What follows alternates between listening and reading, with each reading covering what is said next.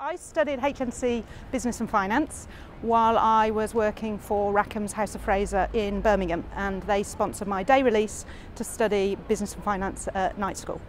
I always knew I wanted to work in retail, so I'd studied when I was doing my A-levels. I'd always worked part-time for the Burton Group, and I looked up to my store manager and thought I want to be her.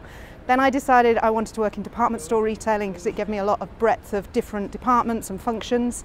And so then when I started on the management training scheme at House of Fraser, I realised that I wanted to continue my studies but didn't want to go to university for 4 years, and so found a great combination. What I have found since working in my corporate life at Xbox and Amazon and Land Rover when it was owned by BMW and Marconi is that it's really important to make learning fun and make it real.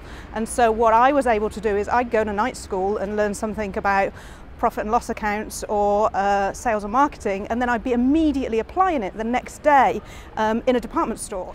Every minute counts.